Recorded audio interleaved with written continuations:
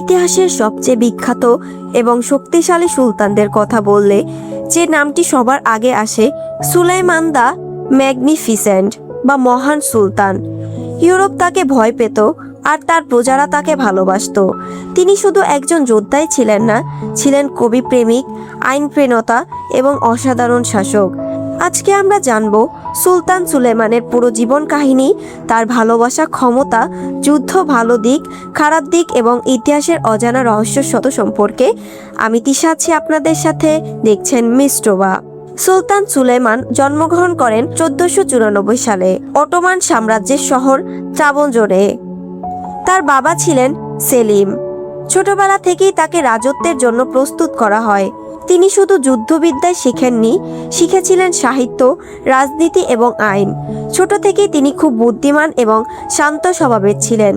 1520 সালে তার বাবা মারা যাওয়ার পর মাত্র 26 বছর বয়সে তিনি অটোমান সাম্রাজ্যের সুলতান হন।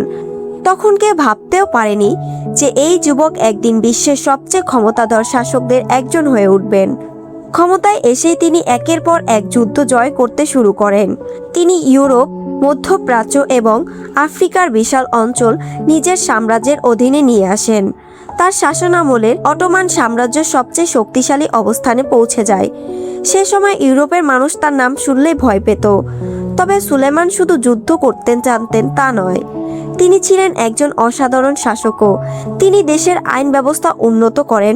কানুনি সুলতান বলতো, যার অর্থ আইন প্রণেতা সুলতান।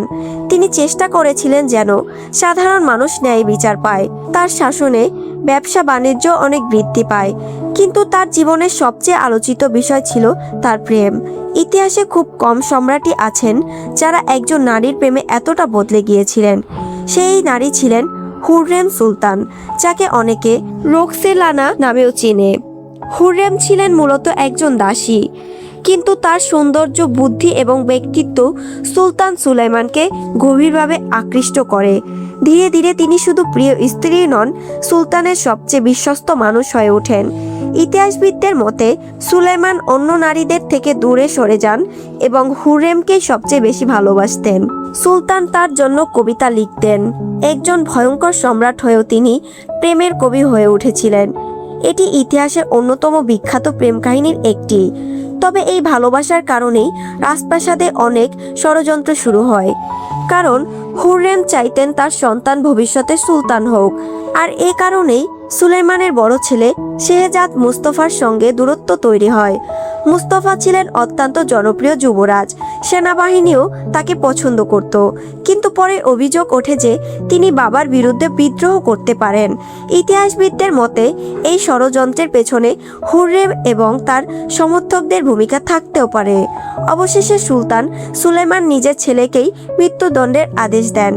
এটি তার জীবনের সবচেয়ে বিতর্কিত সিদ্ধান্তগুলোর একটি। অনেক মানুষ মনে করে পরে তিনি এই সিদ্ধান্তের জন্য ভীষণ কষ্ট পেয়েছিলেন। সুলেমানের ভালো দিক ছিল তিনি জ্ঞানী, ন্যায়পরায়ণ এবং শিল্প সংস্কৃতি প্রেমী ছিলেন। তার আমলে অটোমান সাম্রাজ্যের মসজিদ, স্কুল, সেতু এবং বিশাল স্থাপনা তৈরি হয়। বিখ্যাত স্থপতি মিমার সিনান তার সময় কাজ করেছিলেন। তবে তার খারাপ দিকও ছিল। ক্ষমতা ধরে রাখতে তিনি অনেক কঠোর সিদ্ধান্ত নিয়েছিলেন। বিদ্রোহীদের কঠোর শাস্তি দিতেন। অনেক সময় সন্দেহের কারণে মানুষকে শাস্তি পেতে হতো। তিনি সবচেয়ে বেশি ভালোবাসতেন হুররেম সুলতানকে, আর সবচেয়ে বেশি ঘৃণা করতেন বিশ্বাসঘাতকতাকে। তার চোখে রাষ্ট্রের বিরুদ্ধে ষড়যন্ত্র ছিল সবচেয়ে বড় অপরাধ। জীবনের শেষ সময়ে তিনি যুদ্ধক্ষেত্রে ছাড়েননি। বৃদ্ধ বয়সেও তিনি সেনাবাহিনীর সঙ্গে অভিযানে যেতেন। 1566 সালে হাঙ্গেরিতে এক অভিযানে সময় তার মৃত্যু হয়। মৃত্যুর খবর কিছুদিন গোপন রাখা হয়েছিল, যাতে সেনাবাহিনী দুর্বল না হয়ে পড়ে। সুলতান সুলাইমানের মৃত্যু হলেও তার নাম ইতিহাসে অমর হয়ে আছে। তিনি ছিলেন একদিকে ভয়ঙ্কর যোদ্ধা, অন্যদিকে গভীর প্রেমিক। একজন শাসক হিসাবে তিনি ছিলেন শক্তিশালী, আবার একজন মানুষ হিসাবে ছিলেন আবেগপ্রবণ।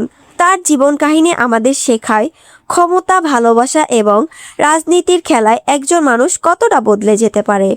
এরকম আরও রোমাঞ্চকর ভিডিও দেখতে মিস্টোবার সাথেই থাকুন।